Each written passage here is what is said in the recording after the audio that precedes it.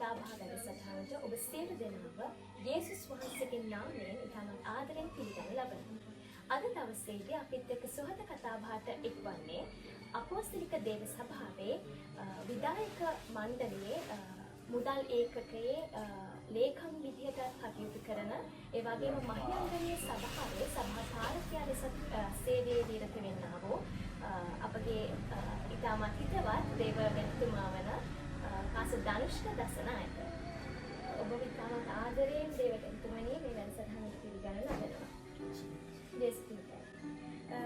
Pastor මුලින්ම මම කැමතියි දැනගන්න පාස්ටර් දේව සේවයට එන්නට ප්‍රථමයෙන් අපි හැම කෙනෙක්ම ගැලවීමට එන දවස කියනවානේ අපි යේසුස් වහන්සේ ගැන අසලා යේසුස් වහන්සේ යේසුස් වහන්සේ වෙතට එන දවසක් කියලා. එතකොට පාස්ටර් අපිත් එක්ක බෙදා ගන්න පුළුවන්ද යේසුස් වහන්සේ ගැන පළමුවෙන්ම ඔබතුමා ඇසුවේ කවදාද? සුභාරංචිය ඇසුවේ කවදාද? ඊට සුභාරංචිය අසන්න කලින් ඔබේ ජීවිතය පිළිසිදු තිබුණේ ඊට පස්සෙව යේසුස් වහන්සේව පිළිගත්තට පස්සේ ජීවිත පරිවර්තනය මේ සියල්ල අපි එකට එක්කොට කෙටි ඔබතුමාට පුළුවන් ද අපිට බෙදා ගන්න අත්දැකීම. සිස්ටර් මගේ ජීවිතය ගත්තම මම කුඩා කාලේ ඉඳන් මම යේසුස් වහන්සේව අඳුනගත්තා. මගේ දෙමව්පියෝ මට අවුරුදු 4ක් වෙද්දී කලින්ට වාසන ආගමේ යේසුස් වහන්සේ අඳුනගෙන කිතුල් සභාවකට සම්බන්ධ වෙලා තිබුණා. ඉතින් ඒ නිසා මගේ පුංචි කාලේ ඉඳලා මම යේසුස් වහන්සේව දැන හඳුනගෙන සිංහන අහල කිතුල් ආගමිකයෙක් බවට ලදරු වයසේ නැත්නම් වයසේම පත් වුණා. නමුත් යේසුස් වහන්සේත් එක්ක මගේ ජීවිතයේ මොනසේ හරිය සාපේක්ෂව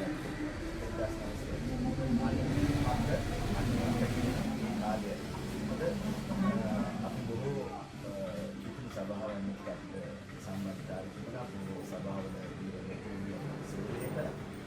නමුත් මගේ තරුණ වයසේදී අපිට අර සභාවත් එක්ක තිබුණු සම්බන්ධතාවය අර සංස්කාරයේ තිබුණු අර දෙමව්පියෝ විසින් එකතු කරගෙන ගිහිල්ලා සභාවට ලං කරගෙන ඉඳන් අපිට ඈත් වෙන්න පටන් ගත්තා.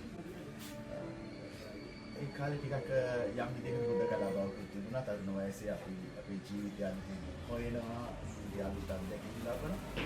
කොහොම නමුත් 1998 මුල් භාගයේ විතර අපේ දේව ගැතියෝනේ හමු වෙනවා.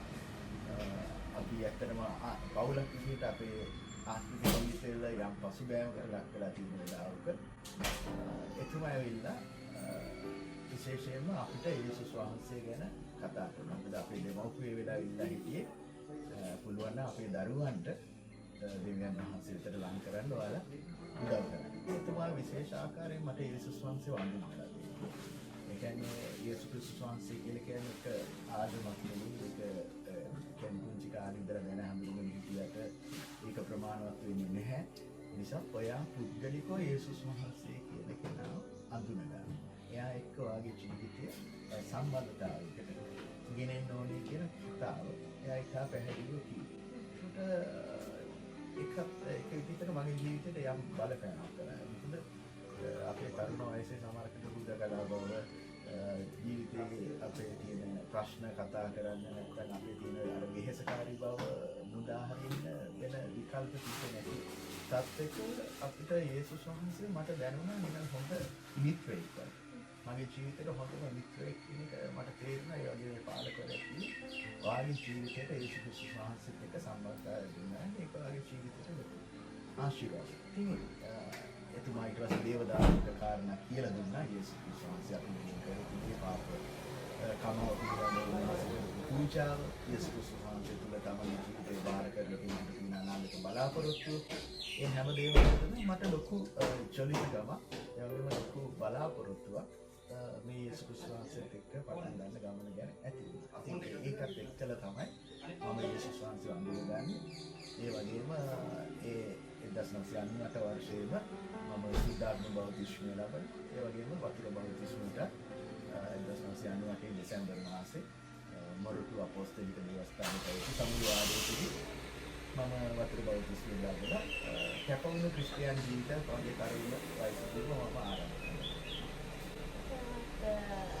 අපිට ශක්තියක් ඒ වචන මොකද අපි දකිනවා අපි ඒ වගේම අපෝසලික දේව සභාවේ පිළිගන්නවා යම්කෝ ඇදහිල්ලෙන් ඈත් වෙන්න පුළුවන්. ඔබතුමා කිව්වා ඒ ඇදහිල්ලෙන් දැකින වගේ ස්වභාවයන් ඔබේ පවුල තුළ යම් කාලයක තිබුණා නම් අපේ දෙවියන් වහන්සේ විශ්වාසයි.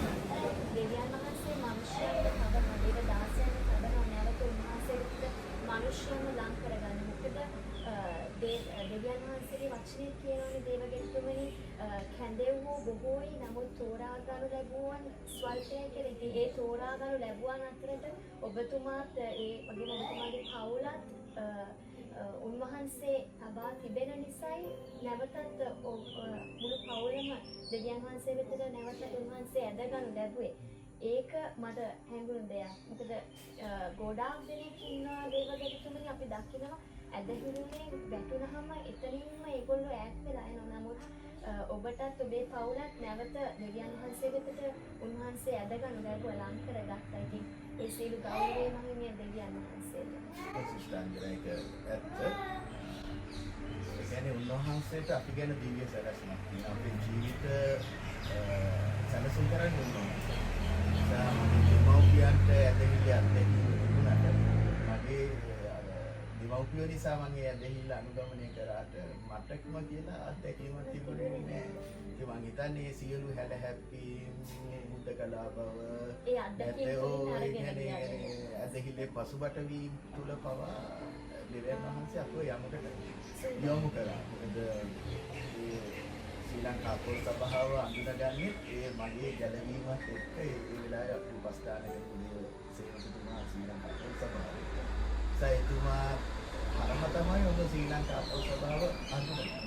උන්වහන්සේ අද මම ශ්‍රී ලංකා පොල් සභාව තුල තබලා තියෙන තැනත් එක්ක බලනකොට මේක අපේම සිතුවිල්ලක් නෙවෙන බව ඉතාම පැහැදිලි. මොකද දෙවියන් වහන්සේට සදාකාලික අරමුණක් තියෙනවා. ඒ සභාවට මාව ගෙනල්ලා අද ශ්‍රී ලංකා පොල් සභාවට ආශිර්වාද දෙන්න විශේෂයෙන්ම මගේ ගම්මානේ මම ජීවත් වුණ හැදිවැඩුම ගම්මානේම සභා පාලකයෝ ඉන්න දක්වා උන්වහන්සේ මාව ගෙනාවා. එදා අපේ දෙමව්පියන් දෙවෙනි අරමුණ තිබුණේ අනිත් හැම දෙමව්පියෙකුට වගේ තමන්ගේ දරුවන්ට හොඳ ආගමික පසුබිමක් හදලා දෙන එක තමයි යාලා බලාපොරොත්තු වෙන්නේ. දරුවන්ගේ අනාගතයේ අනිත් ආකාරي සාර්ථක වෙලා දෙනවා. ඉතින් මම දැක්කේ මේ හැලහැප්පි මට පුද්ගලිකව යේසුස් වහන්සේව අඳුර ගන්න හොඳ අවස්ථාවක් හදලා දුන්නා. ඒ ඇතිවුණ හිදසේදී මට ලැබුණු පිළිතුර මට ගොඩාක් ඒ අඳුනලා දුන්න කෙනා හරියට යේසුස් වහන්සේ ගැන අඳුනලා දුන්නා. නිසා සුභාරංචිය විවිධ ආකාරයේ මනුස්සයන්ගේ හදවත් ස්පර්ශ කරනවා. ඉතින් ඒක ලොකු ආශිර්වාදයක් වුණා. සිස්ටර්න්ගලා කිව්වා වගේ දෙවියන් වහන්සේ සියලු තත්ත්වයන් මැද ඒ සියලු දේම යහපතට හරවන දෙවි කෙනෙක්. දෙවියන්වහන්සේගේ අභිප්‍රාය ලෙස කැඳවනු ලැබුවා. සියලු දේම යහපත පිණිස එකට ක්‍රියාත්මක. අපේ පවුලට සහ දෙවියන් වහන්සේගේ රාජ්‍යයට යහපතක් වෙන විදිහට උන්වහන්සේ ඒ කාරණා මෙහෙවයි කියන එක තමයි මට මගේ ජීවිතාන්තයේ තියෙලා තියෙන්නේ මේ විදිහට. ඒ වගේම දේවදත්තමනි අපිත් එක්ක බෙදා ගන්න පුළුවන්ද ඔබතුමා දේව සේවයට ප්‍රවිෂ්ඨ වෙන්නේ මොන ආකාරයෙන්ද මොන කාලයේදීද ඒ වගේම දේව සේවකයෙක් ලෙස ඒ දේව සේවයේ තියෙන බැලෑරුම් භාවය. මොකද අද කාලේ අපි දකිනවා බොහෝ දෙනා දේව සේවය කියන දේ ඒ බැලෑරුම් භාවය තේරුම් ගන්නේ නැතිව දේව සේවය කරනවා. ඒ වගේම දේව සේවයට විශ්වාසවන්ත නොවී දේව සේවය කරන අවස්ථාවන් අපි දැකලා තියෙනවා. එතකොට ඔබතුමා මේක කොහොමද දකින්නේ? කියන්නේ දේව සේවකයෙකු ලෙස එහි තියෙන බැලෑරුම් භාවය, දේව සේවය, දෙවියන් වහන්සේට විශ්වාසවන්තව කිරීම ඔබේ ජීවිතයේ අත්දැකීම තුළ ඔබට කොහොමද අපිට බෙදා ගන්න පුළුවන්? ඔව් සිස්ටර්න්ගලා එක විදිහට හොඳ ප්‍රශ්නයක්. ඒ වගේම මගේ ජීවිතයේ ආපස්සට හැරලා බලන්න හොඳ අවස්ථාවක් වුණා.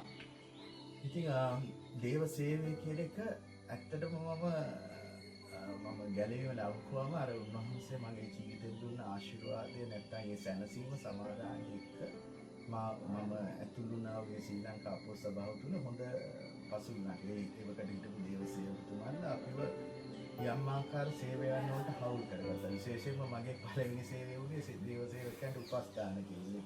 එයාලා එක්ක දැහැදකින් මෙහෙයන් වලට යනකොට එයාලා සමග එයාලා එක්ක එයාලා තනියෙන් යන වෙනුවට හවුල් සේවකෙක් විදිහට යනවා. මම මොනවත් කරන්නේ නැහැ.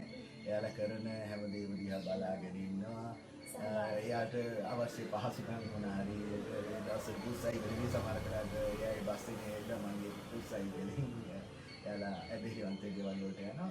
ඒක තමයි මගේ කියන්නේ හොඳම උපස්ථාන සේවය තමයි මගේ මුලින්ම ආරම්භුනේ. ඒ වගේම සභාවේ යම් සමුළු වාරයන් තියෙනකොට මේ දේව සේවකයන්ගේ අවශ්‍යතාවය සිවුපාන කරලා ඒ වගේ දේව සේවකයෝ ආවයන් සෛල රැස්වීම වලදී පුංචි ගීතිකා කාලයන් මෙහෙවන්න ඒ වගේ මේ යාඥායින් කාලය මෙහෙවන්න වගේ පොඩි දේවල් වලට පොඩි නෙවෙයි ඒවා. නමුත් යම් විදිහකට එයාලා අපේ ජීවිතවලට දෙවියන් වහන්සේගේ සභාවේ සේවයේ හවුල්කාරකම් වෙන්න එයාලා අපිව එකතු කරගත්තා. අපි තරුණයෝ ඉතින් අපිට දෙයක් කරන්න ලොකුවට තේරුන්නේ නැතුණත් එදා හිටපු දේව සේවකයෝ අපිට අවස්ථාවක් දුන්නා. මේක ලොකු ආශිර්වාදයක්. ඊට පස්සේ මුලින්ම මාව නමස්කාර මෙහෙයන් වලට යාලා මාව පාවිච්චි කරා. ඒ වගේ මට මතකයි මාව ඒ මහියන්ගේ සභාවේ තරුණ නායකයෙක් විදිහට මාව පත් කළා. ඒ කන්නේ අපි ලොකු දෙයක් දාන්නේ නැහැ. නමුත් ඔවුන් මාව පත් කළා. ඉතින් ඒවා අපිට අවස්ථාවක් දුන්නා. ඊට පස්සේ සබත් පාසල් සේවයට මාව පාවිච්චි කළා. මේ සේවාවන් ටික තුළ මම සභාව තුළ වැඩ කරමින් ඉඳලා සේවය ගැන ලොකු හැඟීමක් තිබුණා. දෙවියන් වහන්සේ ගැන ලොකු හැඟීමක් දෙවියන් වහන්සේට සේවය කරන්න. හැබැයි අපේ පළාත් වල සේවය කරපු එක සේවකයෙක් ගියවවත් බලලා අපේ සේවයේ අර කියන්නේ ඒක ලොකු ආශාවක් ඇති වෙන්න හේතුවක් ඉන්නේ නැහැ. මොකද අපේ පළාත් වලට ආපු සේවකයෝ කවුරුත් සැප විඳින්නේ නැහැ. ඒ කියන්නේ අපි වගේ මේ ගොඩක් ක්‍රිස්තියානි නොවන පළාතක් නේ මේ දේව සේවකයෙක් කිව්වම ගෞරවයක් ලැබෙන්නේ නැහැ. සමහර වෙලාවට දේව සේවකයෙක් කියලා කිව්වම කවුරුත් අඳුරන්නේ නැහැ. දේව සේවකයෙක් කියන්නේ කවුද කියලා ඒ වගේ ප්‍රශ්න කරනවා. ඒ නිසා දේව සේවකෙක් දේව සේවය ඇවිල්ලා නිකන් ආභරණයක් අපිට හොඳ තැනක් කියන එක අපිට පෙනුනේ නැහැ. දේව සේවකෙක් දේව සේවය කියන්නේම කටුකයි කියන එක අපිට තේරෙනවා. මොකද අපේ පළාත් වලට ආපු දේව සේවකයාලගේ දම්බින් නැතෑරලා ඥාති නැතෑරලා සමහරවිට තරුණ වයසේ ඇවිල්ලා සමහරකට ඉන්න තැනක් හරියට නැහැ. සමහර කරාට යාර ජීවිතාව කාලේ දැන් වලින් පොලේ දැන් වලින් යාට මේකත් වෙනවා. සමහරවිට කෑම බීම ටිකක් හරියට ලැබෙන්නේ නැහැ. ඉතින් මේ නගරේ තියෙන දේව සේවාවන් වගේ සුව පහසු සේවයක් නෙවෙයි ගම්මාන ඇතුලේ තියෙන්නේ. ඉතින් ඒ අපහසු සේවයන් වලට තමයි අපිට ඉස්සරහින් හිටපු සේවකයෝ. ඒ නිසා ඒ අය දිහා බලලා මේ අපිට හොඳ තැනක් ලැබෙයි මේ සේවය කරපුවම අපිට ලොකු ගෞරවයක් ලැබෙයි කියන ඒ දේ තිබෙනවා. ඒකක් මගේ කියන ඒ වෙලාවේ මගේ ආත්මික පියවර ලෙස සේවය කරපු ගොඩ දෙනෙක් විශේෂයෙන්ම ඒ අය විශේෂයෙන්ම මහියන් සභාවේ වෙලාවේ බාරගෙන හිටපු දේවදූතවරයා මුලින්ම මට කිව්වා දෙවියන් වහන්සේගේ සේවයේ කැඳවීම තියෙනවා. ඊට පස්සේ ශ්‍රී ලංකා සභාවේ අපි අතර තමයි වැඩගත් දෙවියන් වහන්සේලා සිතාපාසෝ ජගත් පොන්සේක එතුමා අනාගත වක්තවරයෙක් විදිහට සභාවේ ඒ කාලේ පිළි අරගෙන එතුමාගේ සේවය ලබාගත්. එතුමත් මාව හමු වුණු පළවෙනි අවස්ථාවේ මුතුවට දේව සේවයේ කැඳවීම තියෙනවා. කරුණා කරලා මේ දේව සේවයට ඇතුල් වෙන්න දෙවියන් වහන්සේගේ කරුණාව ඔයාලට තියෙනවා කියලා. ඒ වගේම ඊට පස්සෙ ආපු බැසිල් ප්‍රනාන්දු දේවගැතිතුමා අපේ ජ්‍යෙෂ්ඨ සභාපාලකවරයෙක් වුණා. එතුමාත් මාව අඳුනගත්තා. දේව සේවයේ කැඳවීම තියෙනවා කියලා. හැබැයි එතුමා ඒකට අවශ්‍ය කරන පොතපත දීලා කියන්නේ යාලා කොළඹ ඉඳලා ආපුවම ගොඩාක් දුරට නතර වෙන්නේ අපේ ගෙදර. මේ නතර වුණාම එයා ගේන ආත්මික පොතපත දීලා පොඩි මඟ පෙන්නීමක් කරනවා. වාට එයා බල කරේ නැහැ හැබැයි පාසල් වැසින් කවදාවත් දේව සේවයට එන්න ඕනේ කියලා කෙලිකුනේ. නමුත් ඔයාලට දේව සේවයේ කැඳවීම තියෙනවා කියන එක යාලා මට තහවුරු කළා. ඉතින් මට මගේ ඇතුලේ දැන් ඒක තියෙනවා. උන්ට මාව දෙවනවා සේවයට කැඳවනවා. අනිත් පැත්තෙන් මේ දේව සේවයට ගිහිල්ලා ඇති ඵලදාව නැත්නම් ප්‍රතිඵලය මොකද්ද කියලා වගේ හැඟීමකුත් මට තියෙනවා. මොකද මේක දුක් විඳින්න සාමාන්‍ය පවුලක් විදිහට අපි ජීවත් වුණා. මධ්‍යම පාන්ති විදිහට අපේ ගෙදර අපිට ආගේ හිගකන් තිබුණේ නෑ. අපේ දෙමව්පියෝ බොහෝ විට අපේ අවශ්‍යතාවයන් සැපරුවා.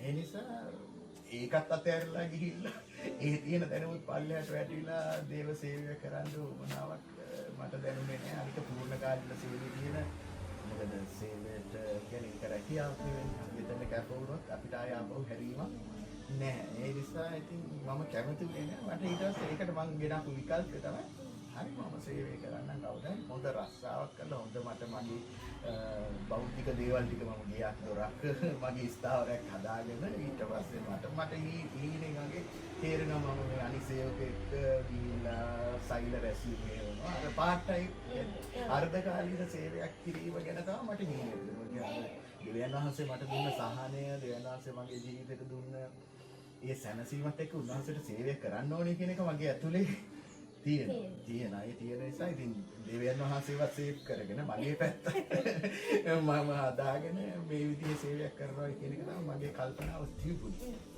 ඉතින් එහෙම ඉන්නකොට ඉතින් දේව සේවය ඇත්තටම අහම් වෙන්නේ පූර්ණ කාලීන දේව සේවකට එන්නේ ටිකින් ටික මාව එතන තල්ලු. දැලේදී ඒව තත් වෙන මොහොතේ තමයි 2003 වර්ෂයේදී ශ්‍රී ලංකා බෝ සභාවේ බයිබල් පාසල ආරම්භ වෙනවා.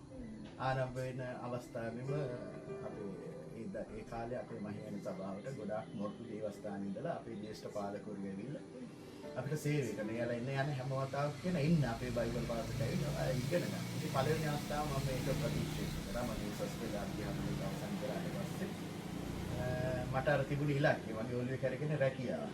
රැකියාව කරන අධ්‍යාපනය සාර්ථක. ඉතින් මම හැම වෙලෙම කියන නෑ පාසලේ. කියන්නේ එයාලා මට දුන්න පුංචි පුංචි සේවාවන් වලදී මම යම් ආකාර එයාලට දැනෙන විදිහට ඒක සාර්ථක වෙන්නේ නැති. ඒ නිසා තමයි එයාලට දැක්මක් තිබුණ නිසා වෙන්නේ නැති යාලා මට කතා කරේ. නමුත් හැම වෙලේම මම ඒක බැහැරට යන්න උත්සාහ කරා. කොහොම වුණත් ඉතින් 2004 වෙනි වර්ෂයේදී පාසලෙසිට ධනුෂ්ක ඔයා බයිබල් විද්‍යාලයට එනවා නම් දැන් බයිබල් විද්‍යාලෙත් පටන් ගන්න තියෙන්නේ. නමුත් ඔයා එනවා නම් අපිට පුළුවන් අවස්ථාවක් හදලා දෙන්න ඔයාට ඉගෙන ගන්න.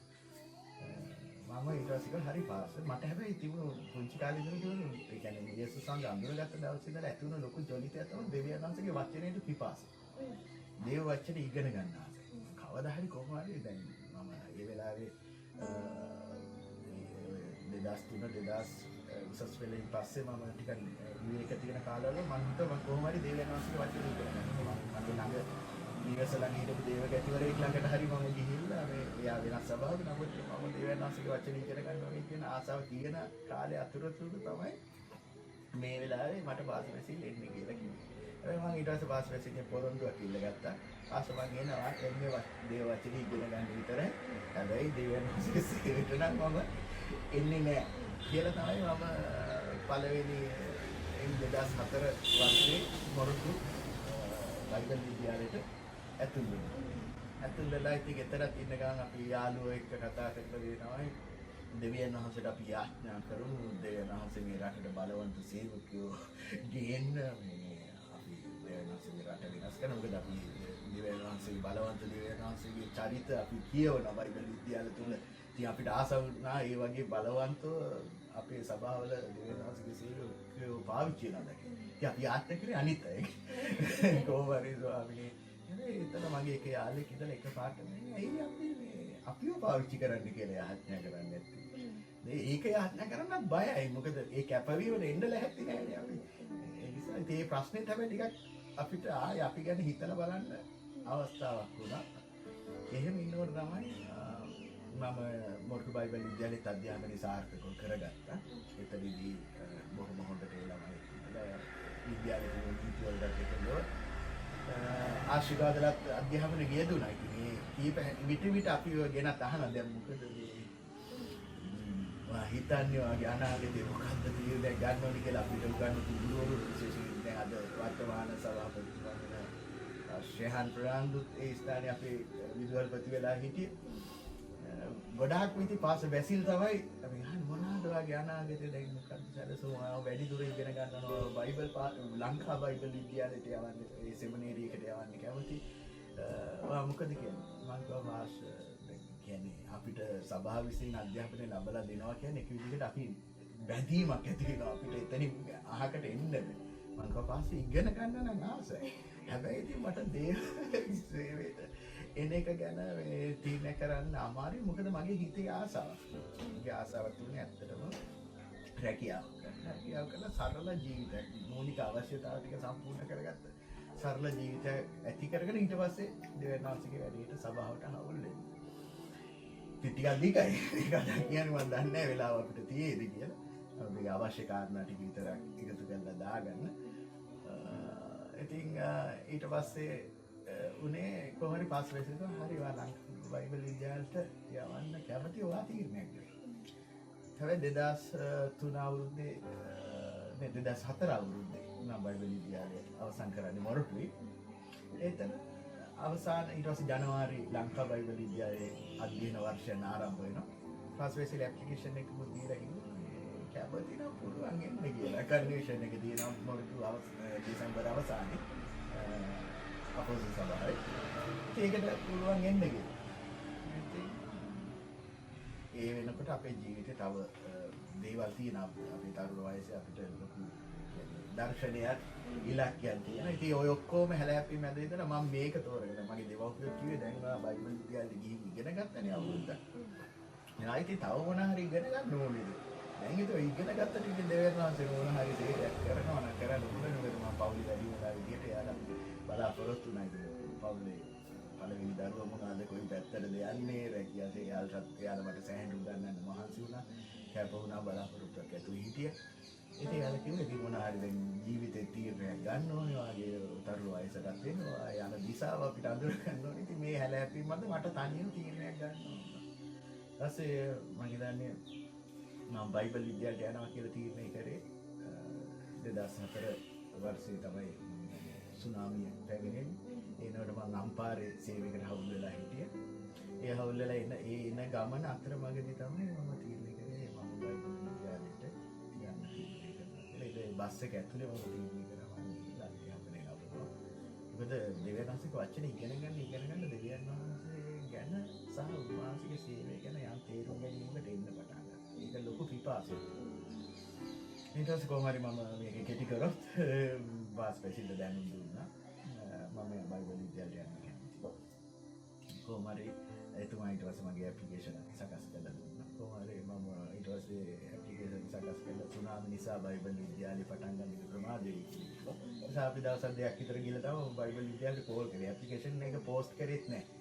මම කිව්වා මේවයි ඒක මොකද අපෝස් සභාව අපෝස් සභාවත් එක්ක ලොකු සම්බන්ධතාවයක් ලංකා බයිබල් විද්‍යාලයට තිබුණා. අපේ කලින් ගිය දේවසේවකතුමාලා ඒ ස්ථානවල හොඳ අධ්‍යාපනයක් ලැබපු නිසා.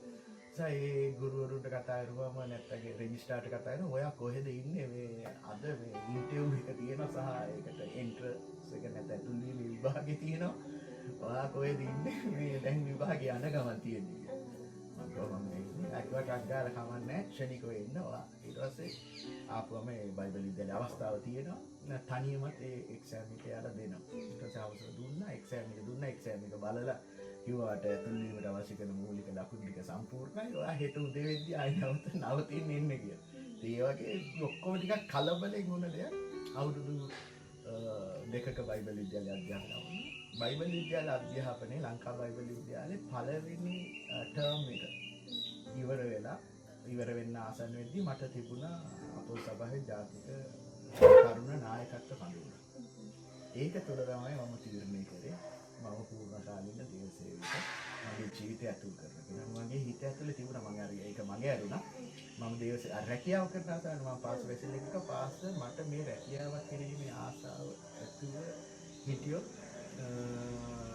මට ඒකත් එක්ක දේව සේවයට ආවොත් මට දේව සේවයේ තියෙන කටුක බවයි අමාරුකම් දැනෙනකොට දවසක හිතේ අපරාධේ මම රැකියාව කරන්න තියෙන්නේ අතල්ලා කියලා මට ඒ නිසා ඒක මට ප්‍රශ්නයක් වෙයි.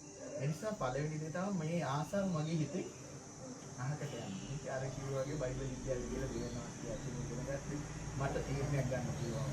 දෙවියන්වහන්සේ අපිට සියල්ල තමයි මානසික කැදෙන්නේ වඩා එතන ඉඳලා තමයි පූර්ණ කාලීන දේව සේවය ගැන තීරණයක් මම ගන්නෙ. හැබැයි මේ වෙනකොටත් මම සේවයේ හවුල්කාරකම් ඕනතරම් කරලා තියෙනවා මේ සභාවල ඒ වගේ අම්පාරි ප්‍රදේශයේ පුංචි පවුල් දෙකකට උපස්ථාන කරා මහියන සභාවේ සේවයට සතිපතා හවුල් වුණා බයිබල් විද්‍යාලයේ.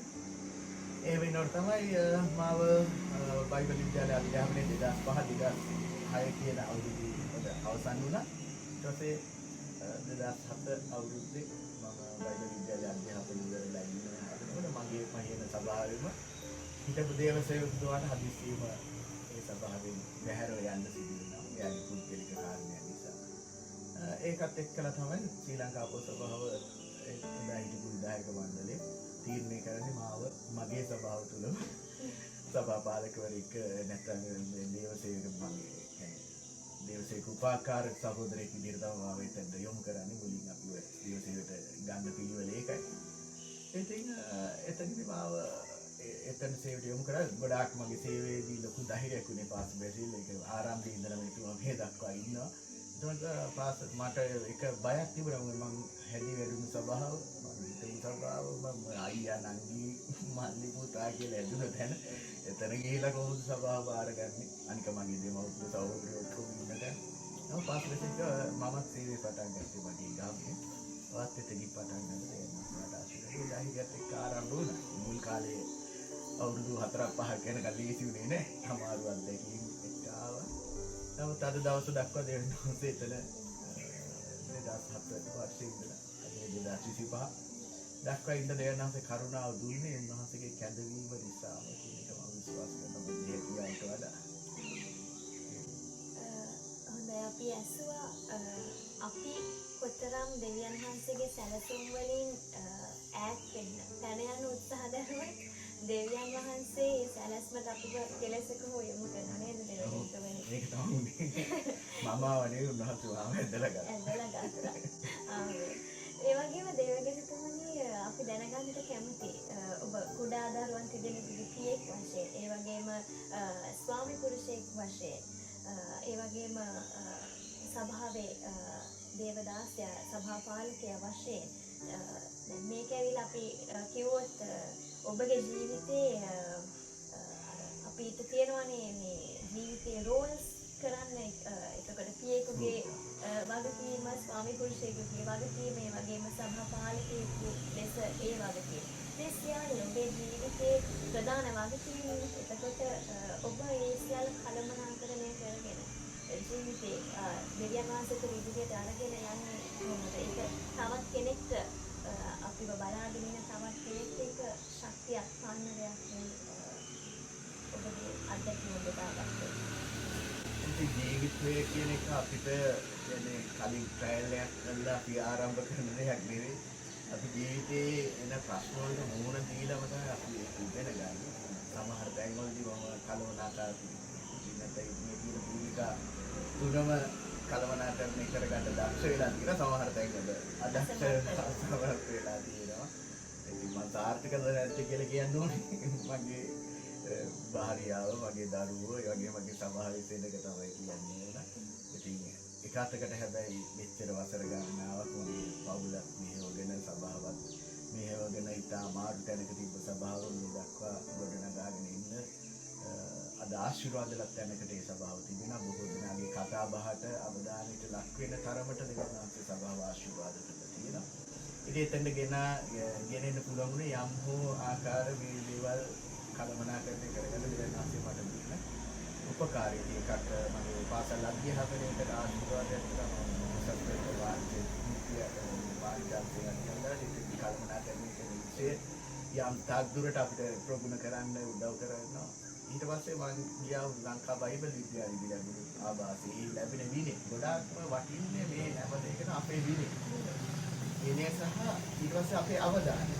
ඒ කියන්නේ අපි ප්‍රමුඛත්වය දෙන්න ඕන කාරණා මොනවාද කියලා අපි හිතන්නේ ඒ වෙලාවේදී ප්‍රමුඛත්වය දෙන්න ඕන මගේ පවුලටද සභාවටද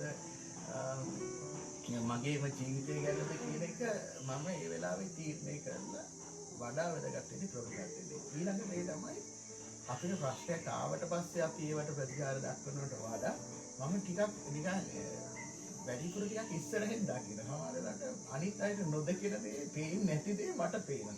සමහර අයට ඒක වෙහෙසක් වෙනවා. ඒ කියන්නේ හැමදේම පේන්නේ. අනිත් අයට පේන්නේ නැති දේ. ඉතින් මම කරන්නේ කලින් සමහර දේවල් වෙන්නේ ඉස්සර කලින් දැනගෙන ඒකට අවශ්‍ය කරන මේ සැකසු කලමනාකාරීත්වයක් කරලා ඒවා මෙහෙවන එක. අනිත් එක මේ මට ගොඩාක් පහසුලා තියෙන්නේ තනියෙන් මේ දේවල් කරනවට වඩා මගේ ඉන්න මේ කණ්ඩායමේ ඒ හැකියාවන් තියෙන අය ඒ වෙලාවේදී ඒ තැන් සභාවේ වුණත් වැඩවලදී ඒ තැන් වල ඒ හැකියාව දක්ෂතා මිනිස්සු වර්ග කීප ඉන්නවනේ ටයිප් වෙන මිනිස්සු.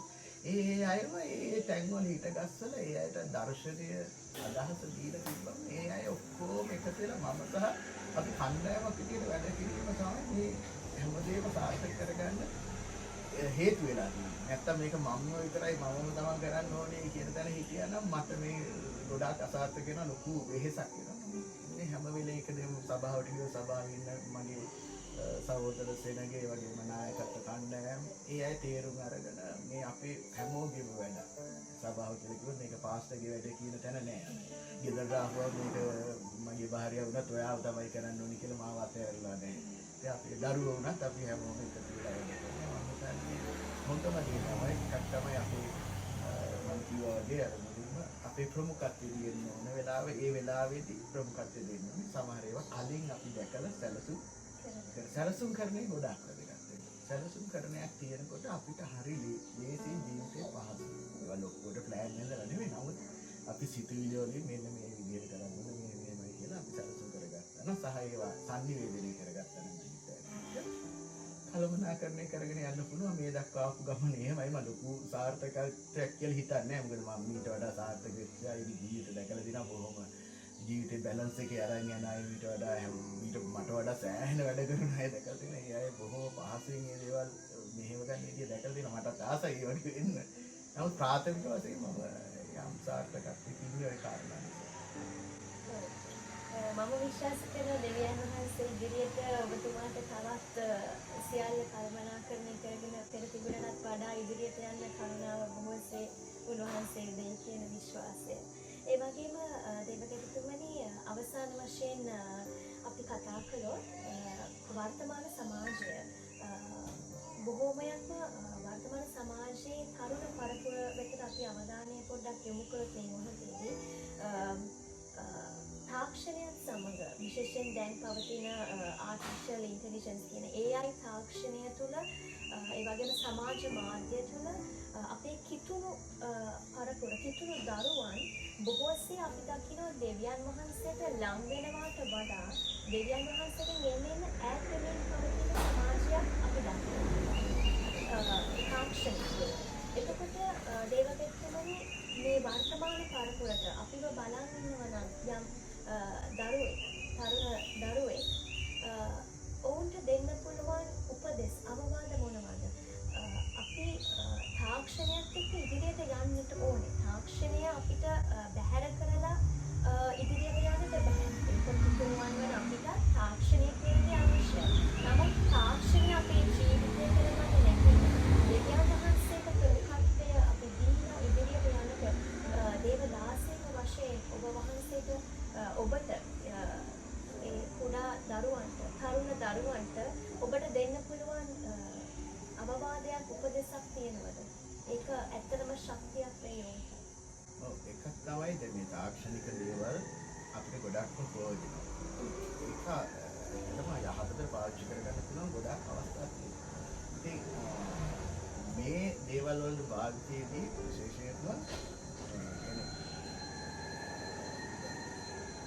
AI තාක්ෂණය ගත්තත් ඒක ගොඩක් මිනිස්සුන්ගේ වැඩ පහසු කරන එක. කියන්නේ යාගේ මොලේ වෙහෙසනකට වඩා පුංචි කමාන්ඩයක් දීලා එයාට අවශ්‍ය වැඩේ කරගන්න. ඉතින් මේකෙදි වෙන්නේ ටිකක් මේකට යොමු වුණාම Taman දැනගන්න ඕනේ මේකේ Tamanගේ ජීවිතේ දැන් මේවා හැදිලා තියෙන්නේ අපිට කොයි වෙලාවක හරි කාර්ය බහුලදී ශනිකව වැඩක් කරගන්න ඕන වෙලාවක නැත්නම් ඒ දේවල් වලට අවශ්‍ය විදිහට පාවිච්චි කරන්න.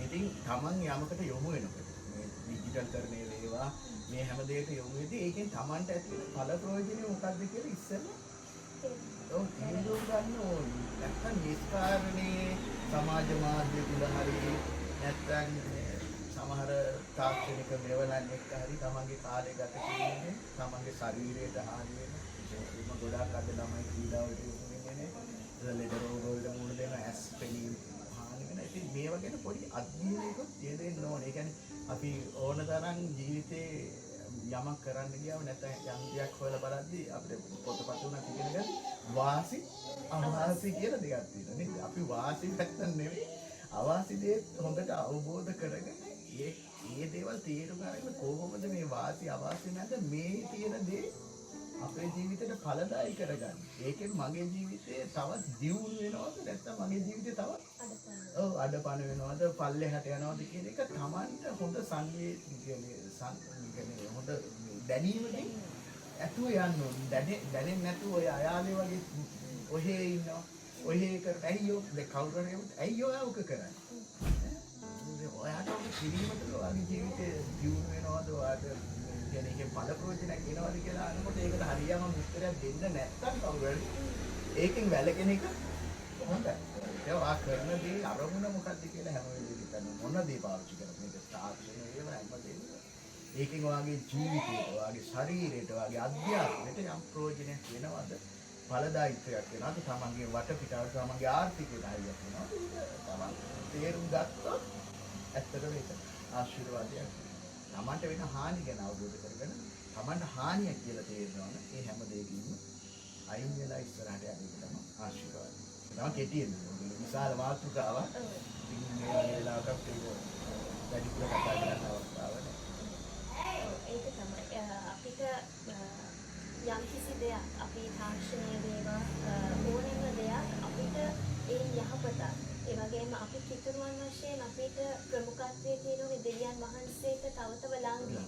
එතකොට ඒ තාක්ෂණය අපිට යොදවන්න පුළුවන් නම් දේව සේවයට දෙවියන් වහන්සේ වෙතට මනුෂ්‍යන සුභාරංචිය මනුෂ්‍යන වෙතට සුභාරංචිය යේසුස් වහන්සේගේ සුභාරංචිය රැගෙන යන්න අපිට භාවිත කරන්න පුළුවන් නම් ඒක වඩා යහපත් වෙනවා. ඉතින් අද දවසේ දේවගතිතුමනි අපි ඉතාමත් අනර්ඝ කාලයක් ගත කරා ඔබතුමාගේ ජීවිතේ දේව සේවයේ ඇදහිල්ලේ ගමන තුළ අත්දැකීම් බෙදාගත්තා. ඉතින් ඔබතුමාට බෙහෙවින් ස්තුතිවන්ත වෙන අපි සමග අද දවසේ එක්වීම ගැන මේ සොඳුරු කතා බහ වැඩසටහනට ඔබතුමාගේ ඒ ජීවිතේ අත්දැකීම් බෙදා ගන්නට. ඉතින් දේවගතිතුමනි ඔබතුමාට දෙවියන් වහන්සේ වඩා මේ සේවය තුළ ඔබගේ පවුල තුළ උන්වහන්සේගේ ආශිර්වාදය ඒ වගේම උන්වහන්සේගේ කරුණාව උපකාරය අධිකව ලැබෙන්න කියලා අපි දේවගතිතුමනි ඔබට ප්‍රාර්ථනා කරන ඒ වගේම ඔබ ගැන යාඥා කරනවා. ඉතින් ඔබ සියලු දෙනාට අද දවසේ මේ සොඳුරු කතා බහ සැබවින්ම ආශිර්වාදයක් වෙනට ඇති කියන ඔබේ ජීවිතයට තවත් අඩියක් ඉදිරියට තබන දෙවියන් වහන්සේ තුළ පන්නරයක් ඔබ ලබන්නට ඇති කියලා අපි විශ්වාස කරනවා. ඉතින් අපි සමග රැඳී සිටියව ඔබ සියලු දෙනාට අද දවසේ නැවත අපි තවත් සොඳුරු කතා බහක් තුළින් හමු වෙනතුරු ඔබ සියලු දෙනාට ජේසු පිහිටයි. අන්ජරම ඔබලට ස්තුතිවන්ත කරනවා දෙවියන්ගේ සේනාව සේවාව තුලින් විශේෂයෙන්ම YouTube channel එකේ ඒ වගේම Facebook මාධ්‍ය හරහා ඔබ කරන සේවය මේ දෙවියන් වහන්සේ වෙතට මිනිස්යන්ව ලං කරන්නේ ඔබ දන්න තාක්ෂණය ඒක අර වගේ තාක්ෂණික දේවල් යහපත් යොදා ගන්න ඔබ පාවිච්චි කරන එක අපිට ආශිර්වාදයක් ඒ වගේම තරුණ පරම්පරාවට ආදර්ශයක්. ඒ සේවාව වඩා සඵල වෙන දෙවියන් වහන්සේගේ රාජ්‍යයට මහත් දායකත්වයක් දෙන්න.